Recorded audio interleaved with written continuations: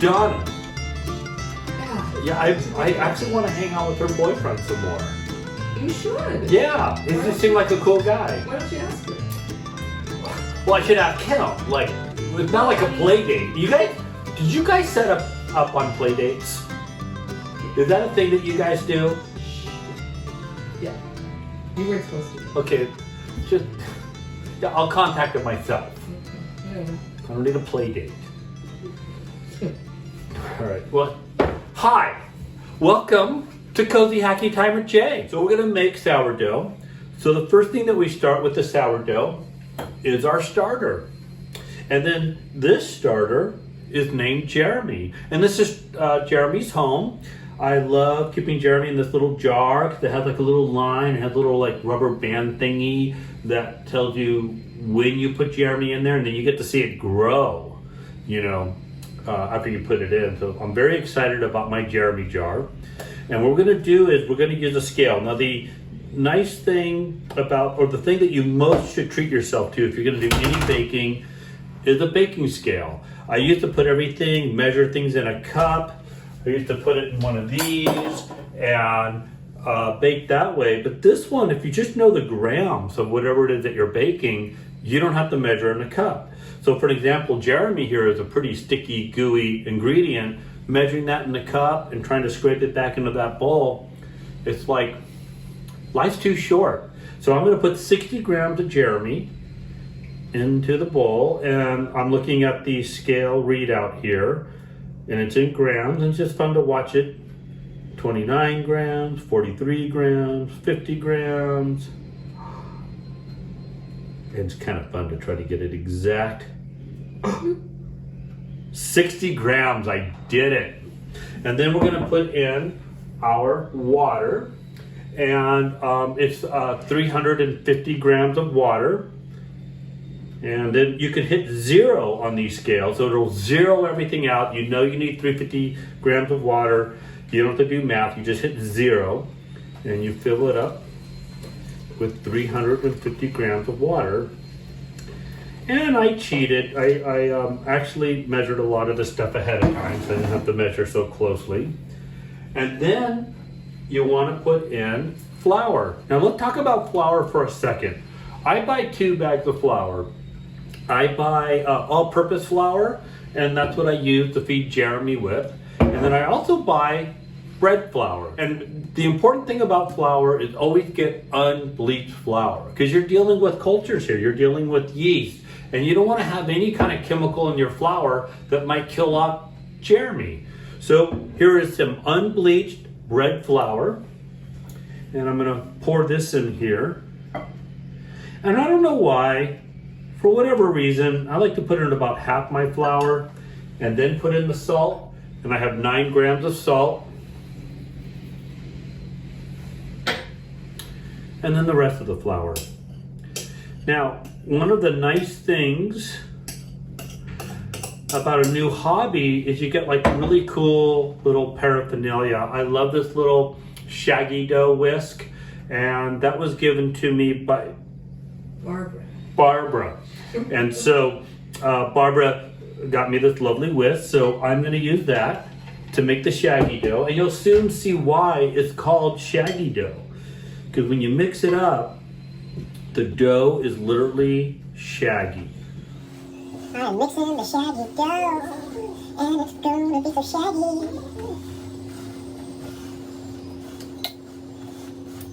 You know, Barbara, Yeah. this is my show.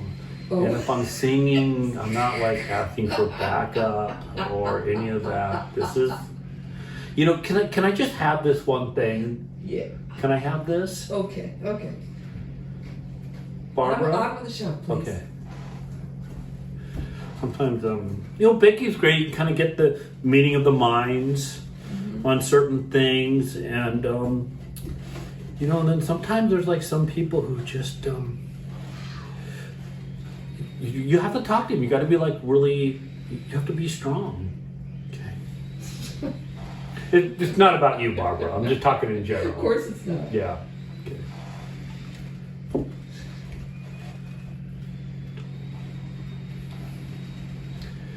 monster. All right, so we just mixed our shaggy dough. And it literally is shaggy dough. So what I like to do a little bit is I kind of just wet my fingers, kind of move it around a little bit more just to make sure it's pretty blended. And then I'm going to leave it in here for an hour, and then I'm going to stretch the shaggy dough. All right, we'll see you in an hour. All righty, now the shaggy dough had rested in a bowl for an hour, and then I've been didn't mention on the lax effort, but I put a wet dish towel, clean dish towel, over the bowl, so that way it retains its moisture and it's ready for the next step. And the next step is that we're going to stretch the dough a little bit, and that's going to help the starter and all the bubbly action kind of activate. So I've got a little scraper here, and I'm going to just scrape the shaggy dough onto a floured surface. So what I do is kind of helps with cleaning and other stuff. I actually take a piece of parchment paper and I put that paper on a cutting board, and then I put the flour on it. I don't have as much to clean. All right, so I'm gonna pull the corners and just kind of fold it over. And that helps the bubbly action get started. And so I'm going to pull the corners, fold it over, and then I'm going to take this flour, I'm going to put it back in the bowl right here, and then I'm just going to put a wet, clean dish towel on it, and then in 10 hours we're going to put this in the proofing bowl. And if you look at the dough we've had sitting, it's kind of like a little puffier and bubblier. And so that's the starter doing its thing. So what we're gonna do before we put it in the oven is that we're gonna put it in a proofing bowl. And that's just basically kind of like a basket, bowl-shaped basket with like a cloth shower cap put on it. And I'm just coating the inside of that with flour. So it's sort of like a cutting board. We don't want it to stick. I'm gonna get it nice and floury. And all the little flour in here, it's gonna look kind of cool when we strike it. When we do a little design that we're gonna put on this thing, the flour has a nice color contrast. And you'll see what I mean when we get to that point. So here's the proofing bowl. Here's the dough that's been sitting for hours. And I'm gonna have a little scraper. And the trick with this is I just wanna kind of just scrape it out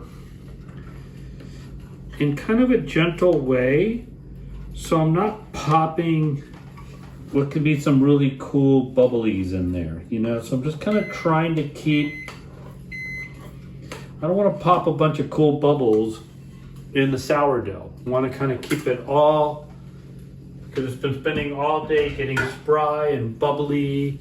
And those, when you have your bread and you cut your bread and you see like all the cool little spaces in your bread, that's what this is doing. This is what it's been doing all day. It's been getting ready to give you a really pretty bubbly bread. And we're gonna leave it in here because what the proofing bowl will do is it'll just kind of give you like the nice shape of your loaf. And then we're gonna be able to do a little fun thing, which is my favorite part, is cutting a design on the top. Okay, now we are gonna do my favorite part of making a loaf, and that is putting a nice, pretty design on it. So I take the same parchment paper that I'm going to use in the oven, in the Dutch oven. I'm gonna take my proofing bowl and I'm gonna pop it right there. And then just lift it up. And then look at that beautiful dough. And then I want to put a little design on it. And what we're going to do is we're going to score the top. And this is my favorite, most easy design for an intricate look. We're going to put leaves on it. So I'm just using a little dental floss. You see all this little dough over here that can come off. All this dough. So a little dental floss. So I'm not striking it. I'm just using this as kind of a way to help guide my cutting. And I have a little razor here, and I'm going to make little leaf designs on it. So when it bakes, these little cuts open up and you'll see more of the leaf design. Now you don't have to do this. You can just simply take a razor and just cut a big X in it or a line across it. But I want it to be pretty, so those little areas I made with the dental floss. Those little quadrants. I'm gonna just put a leaf in every one of them. And then when it bakes, it'll look so cool. Oop. And it's okay if you have little imperfections and it doesn't look 100% right. It still will be pretty. And then one more leaf in here. I'm gonna put the veins in the leaf. And then what I'm gonna do is I'm gonna put all of this in A Dutch oven. When it goes in a Dutch oven, I just take all the paper. It'll be right back. It's in our little Dutch oven here. Little metal Dutch oven. And then when I cook it, I basically do 30, 20, 10. So 30 minutes with the lid on at 450. Then I'm going to go 20 minutes with the lid removed, same temperature. And then at the very end, I'm going to use this paper. I'm going to lift this all out. I'm going to set this right in the oven with no Dutch oven for another 5 to 10 minutes. So I remember it as 30, 20, 10. Okay, so we did it. We fed Jeremy our starter. We made shaggy dough. And then we put the shaggy dough in a proofing bowl. And then we made a little design in it. And then we put it in the Dutch oven for 30 minutes with the lid, 20 minutes without the lid, and about 5 to 10 minutes of it just sitting right on the rack. And we look at this beautiful loaf with all the little design in it. Now, you know how to make a sourdough. You can do it. Thanks for hanging out with Cozy Hacky Time with Jay. This was a lot of fun. This is video number 1. And we'll try to come up with some other cool stuff. Thank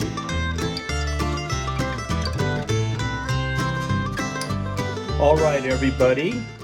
I want you to meet Jeremy. Jeremy is my starter, and today we are going to feed Jeremy. Now, the essential thing when you're baking is get a scale. And to all my festival friends out there, they make bigger scales. You can put your bowl on it, and then you can hit 0. And when you want to feed your starter, all you got to do is have equal measures of everything. So I am going to equal measures in terms of grams on everything, which is water, flour, and your starter, or in this case, Jeremy. So what I'm going to do is I'm going to pour Jeremy and go for about 60 grams. And one thing you'll notice, there's a lot of leftover Jeremy or a lot of leftover starter. So if you're really interested in sourdough baking, which I'll have a video that covers that, then if you have a friend that bakes, you can always get some starter from them. And let's see, boom, 60. 61. Okay, close enough. And then I'm going to do 60 grams of water. So I'm going to hit 0 on the scale. And then we'll do 60 grams of water.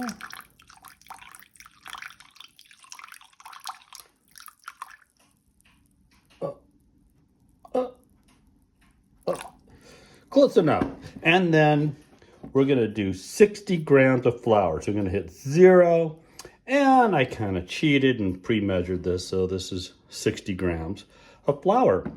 And then you mix it.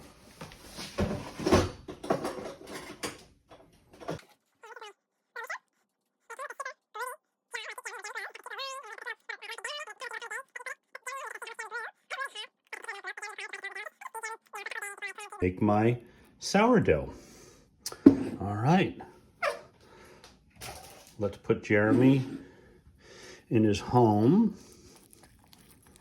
His pronouns are he and him. And